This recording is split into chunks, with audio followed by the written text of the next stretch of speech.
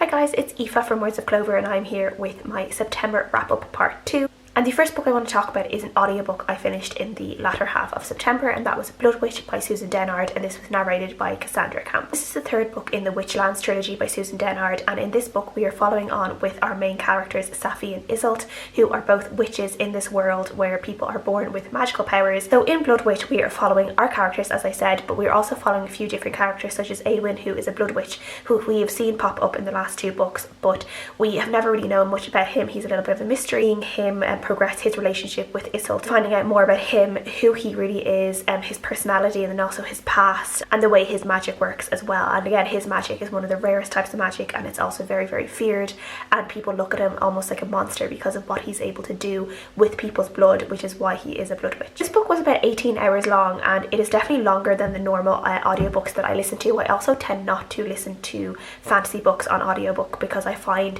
in terms of concentration level, there's just something about fantasy books that I prefer to read physically. But for this one, I ended up getting really sucked into the story. I thought the narrator, Cassandra Campbell, as I said, was really, really great. She had different accents for all the different characters. The Witchlands trilogy in general, or series in general, seems to be very focused, like Eastern European inspired, and you can definitely see that in the types of accents that the narrator did. They all had slight Eastern European accents and some German accents and things like that. It also made me kind of think about the audiobook process, and I wondered if the narrator had a conversation with Susan Dennard in how she wanted her characters to be portrayed. Did she want them to have these accents?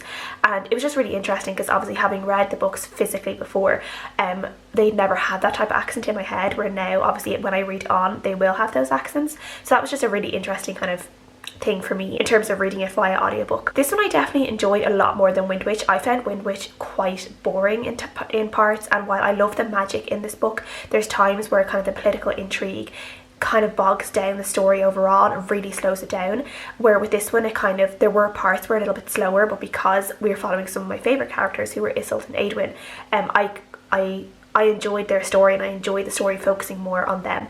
There are a lot of characters in this book, which makes it very hard going from book to book. If there are large parts, like if there's a large time between each book, it can be hard to remember everything that happened, which I definitely found more enjoyable than Windwitch, and I really liked where the story was going. I really liked some of the relationships progression between all the characters. Again, Safi and Isolde have this really great female friendship that's just so wonderful to see in this book, and even though they are apart for the large majority of this book and the previous book, their relationship and their bond never wavers, and they are still like so determined to get back to each other, and I really love that, and they always are looking out for each other even though they're not physically together. So I gave this book a 4 out of 5 stars, and I'm really looking forward to reading more books in the series when they come out. The next book I read was a book that was picked in my September Instagram TBR challenge, and that was Twice Born by Margaret Mazzantini.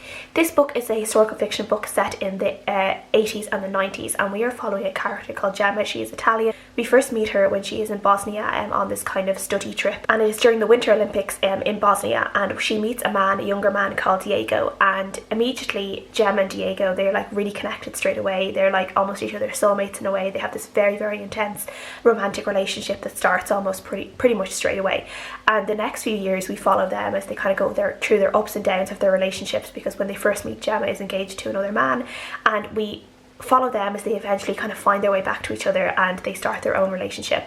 And you know, they go through the ups and downs of marriage, learning about each other, living with each other, and a lot of things like infertility issues as well. They deal with that together and both privately. Part of this book is also told during the era of the Bosnian War, the 3 years of the Bosnian War, and Gemma and Diego find themselves in Bosnia during this time, and we learn more about the Bosnian War and what happened to those people in Sarajevo during the siege, and what actually happened to them, which is something that happened less than 30 years ago now, and we learn more about that through the kind of experiences of Gemma and Diego. This book is translated from Italian, and I think the translation is done really well, but there's part of me that would love to be able to read Italian and to be able to read this in its natural language that it was written in, because there are some really, really beautiful passages in this book, but there are some bits that were like a little bit oddly translated, where obviously in Italian it probably would come across better. There are definitely some parts of the translation that pulled me out of the story a little bit. The first 100 or so pages of this book are kind of hard to really connect the story and really get into it, but this book is almost 500 pages long, and the first 100 pages are a bit slower. We're kind of following Diego and Gemma, getting to know their story, getting to know what their relationship between each other.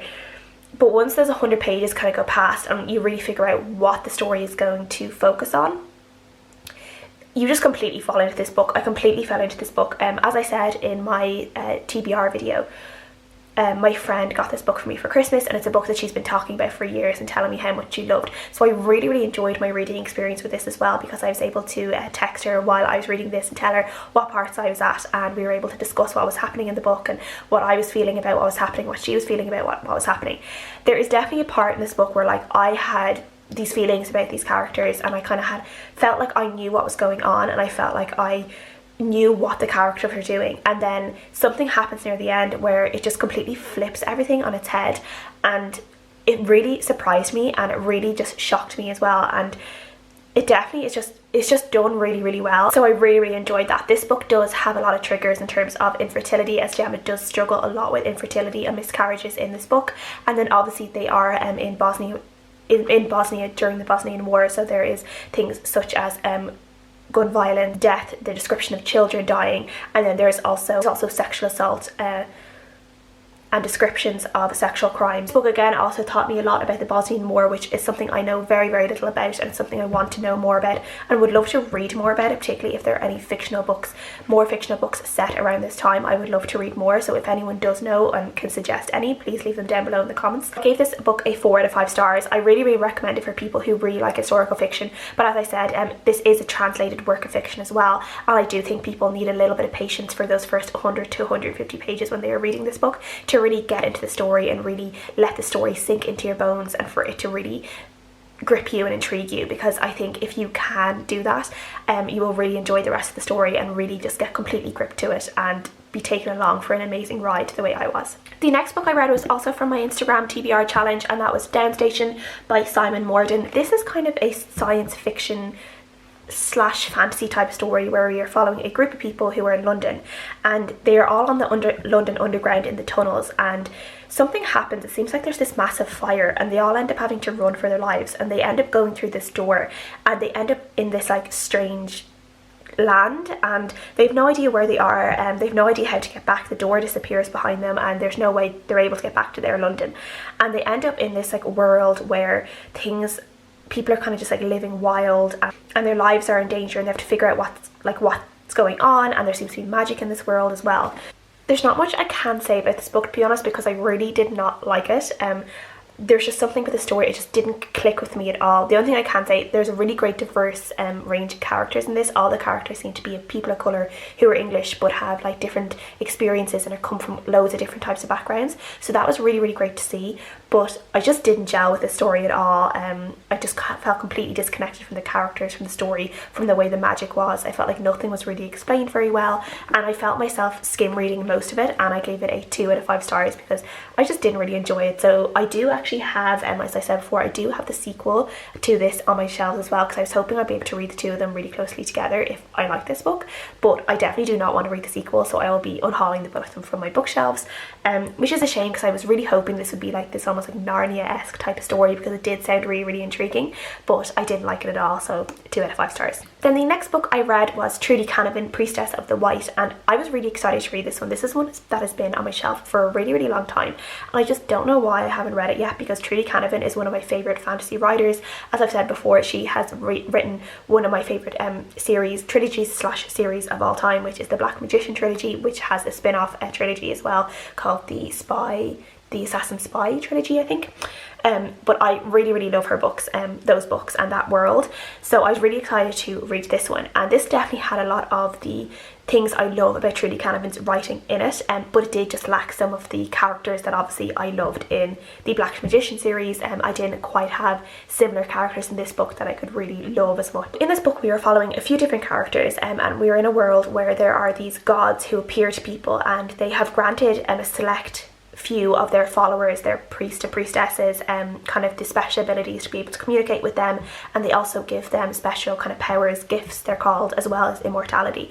And we are following a girl called Araya who has become newest members of these priestesses, which are called the White. It's kind of clear that she is going to be particularly special, as there is a war brewing on the horizon with these other type of sorcerers from this other land who don't follow the same gods as the people we are following do, and they seem to be kind of dark, and they are intent on killing people and really causing harm. I did mostly really enjoy this one. It's quite a long fantasy book. It's about 600 pages, and this one it's a little bit dry at parts because it's a lot of world building, and it's a lot of introducing us to this world, to the religion, to all the different types of people in this world, the history in this world, the history between the peoples, as well as different races and things. So we are following like Araya, who is obviously a human. We have the gods and goddesses who appear to Araya and the other Whites, and then we also have different actual species of people. One of them in particular we are following called the Sai people, who are almost elvish in description. Like, they're small but they have wings, so they're able to fly, and they're quite fragile, but they're also very skilled hunters. And Araya has to try and befriend these people, and I really enjoy the fact that there are these types of different, like loads of different types of species, as well as humans who seem to be quite who are quite unique to this world. They're not just like, you know, dwarves and elves and things like that, but there are these particular type of people with these particular types of descriptions that I haven't read about before in other books. The romance in this book that became kind of central to something that was going on that I didn't really care about that much kind of happened a little bit too quickly for me. I do love Trudi Canavan's writing in general, and I think she's a really great fantasy writer, and I just love the way she creates these worlds and creates these characters. As I said, it was a slightly dry at parts, and it's a very slow fantasy book, so I did find myself getting a tiny bit bored in places. I gave this a 3.5 stars in total, because I think in terms of enjoyment rating this would be more of a 3 out of 5 stars, but in terms of the actual skill, in terms of like fantasy writing, it would be a 4 out of 5 stars. Big battle at the end of this that I did quite enjoy, and did definitely up the pace a little bit of the story, and I'm really looking forward to the second book where we see the aftermath of that battle. And then the last book I finished in September, but technically in October, because it was like the latter half of this week, which was October, but I'm going to include it in this wrap up anyway, and that was Parachutes by Kelly Yang. This is a YA contemporary book on 2 different teenage characters. One of them is Claire. She is originally from Shanghai, and we are following her as she is sent by her parents to an elite school in America, and she has to live with this host family who also have a teenage girl attending the same school, and her name is Danny, and she is a scholarship student in this school for like the kind of wealthy elite. She is hoping that she is going to be able to do really well in this school, so she'll eventually be able to get a scholarship to go to an Ivy League college. I see a lot of contrast between Claire and Danny, because obviously Claire is coming from a very kind of rich, privileged family, and Danny is coming from a poor family where she really has to struggle a lot and really has to work a lot for everything that she gets. Kind of a fraught relationship between the two of them. They're not really friends, and I wouldn't even say by the end of the book they're really good friends either, but they're both kind of going through different things as they kind of maneuver themselves through this school, and they come up with different challenges and different things that they shouldn't have to deal with, and they kind of figure out a way to kind of be able to find their voices and really fight for what they believe in. This is kind of a weird book for me, because I really think the topics that are explored in this book are really important, but I didn't technically like the writing style, I think, and I think mostly it's because the writing style is kind of is a little bit simple, and it's where we're seeing people who are like very rich and privileged, and it's all about money and designer brands and things, and there's a lot of talk about those designer brands and a lot of talk about like influence and social media followings and things like that. But there's also just a lot of teen drama that I just like didn't care about in this book, and I felt like a lot of the reactions of the characters was just really tiring, and I just found them really over the top at times. And I think a lot of that is just to do with my age. I'm an older, like I'm in my late 20s, I'm not a teenager. I don't have the same reactions as a teenage character would, or indeed maybe a teenage reader would, reading these scenarios. At times the characters, I just didn't particularly like any of the characters in this book, and I found them very over the top most of the time. But again, as I said, there's topics explored in this book that are very important. Things like sexual assault, rape culture, grooming, kind of the unwanted advances to a minor from someone who is older and in a position of privilege and authority. So there's these things like that are explored, and the characters have to go through and they have to deal with, that are really important to show in the book. And I found that in this book as well, things like this in terms of the sexual assault that happens, as well as the appropriate behaviour by a teacher towards a student, I found like there was loads of warning signs for this type of behaviour throughout the book, and nothing in this book was surprising. It was never surprising that these things happened, but I think in a way that's really, really good as well, because I feel like if you were a teenage reader, and where I can see these things, like literally like the first time this teacher appeared on the page, there was like warning signs for me. I was like, this guy's a weirdo, something's going to happen here, I don't trust this guy, like something was just like not right for me. Where for a younger reader, they might not necessarily see that. So I think in terms of like almost highlighting these actions and saying like some of these things aren't right and you should, you know, just be a little bit wary if someone is behaving towards you like this, I think that's really, really important as well for younger readers. I will say there's not great parental relationships in this book. Claire's parents are kind of, they're not great, they're not really there, and they're very absentee parents, and even when they come and visit her, they're not particularly great either. And then as well, and Danny's mother is there, she does really care about her, but because she has to work so much, she tends not to be there all the time, and Danny kind of feels like she doesn't want to burden her mother with her problems. So there isn't particularly great parent relationships that you'd want to see in a YA book. So this book was fine for me. As I said, I think the overall message and the topics explored were much better than the actual story itself. So I gave it a 2.5 to 3 stars overall, but as I said, I think a lot of that has to do with the fact that I'm not the target audience for this book, and I feel like a younger reader might actually get a lot more out of it and a lot more enjoyment out of it, while still hopefully learning some really important things in this book as well. That is everything I have read, and hopefully maybe I'll be back to weekly wrap-ups at the end of this week, because so far my reading seems to be going pretty well. So we will see. If you guys have read any of these books or have any opinions or what you guys have been reading, I would love to know, and I'll see you guys again next time. Bye.